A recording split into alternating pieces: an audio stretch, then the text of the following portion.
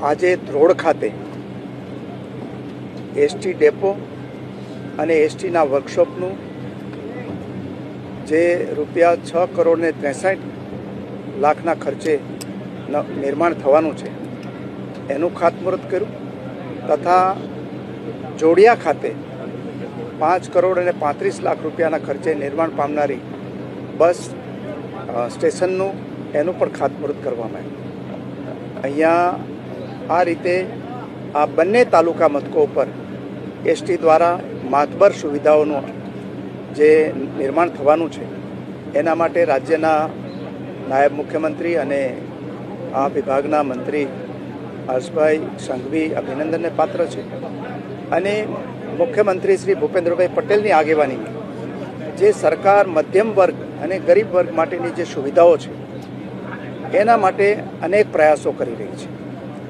અત્યારે નુકસાન કરીને પણ ગ્રામ્ય વિસ્તાર હોય કે નાના મોટા બીજા બધા વિસ્તારો હોય ત્યાં એસટીની સુવિધાઓ કેમ વધારે વધે અને એસટી બસ જે છે આપણી એની ગુણવત્તા કેવી રીતે વધે એના પ્રયાસો કરેલા છે। એને કારણે આજે ગુર્જર નગરીથી શરૂ કરીને આપણી જે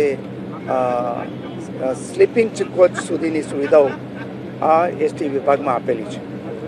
એસટી વિભાગ આપણા જે એ સિવાયના બીજા વર્ગના જે લોકો છે ખાસ વર્ગના એના માટે પણ લગભગ નહિવત ધોરણે અથવા તો ચાર્જ લીધા વગર એની સેવાઓ આપે છે। ખાસ કરીને લાખો બાળકો રોજ જેને પોતાના શિક્ષણ માટે અપડાઉન કરવું પડે છે એને 100% જે ફ્રી પાસ આપે છે। એ ઉપરાંત 75% કરતાં વધારે દિવ્યાંગતા ધરાવનાર કોઈ વ્યક્તિ હોય તો એને ફ્રી પાસ અપાય છે અને એની સાથે રહેનારો જે બીજો સહાયક છે એને 50%માં એને રાહત આપવામાં આવે છે।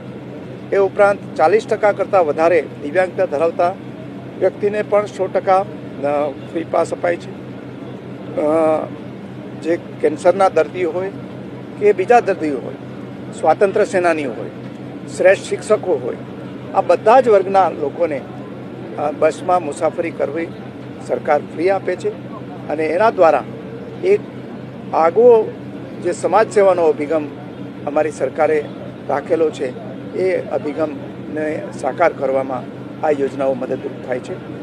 ફરીથી એસટી વિભાગના તમામ કર્મચારીઓને પણ અભિનંદન આપું છું કે એસટીની સવારી એટલે સલામત સવારી એને નહિવત એક્સિડન્ટ ધરાવતો રેકોર્ડ ધરાવતું આ એસટી વિભાગ છે।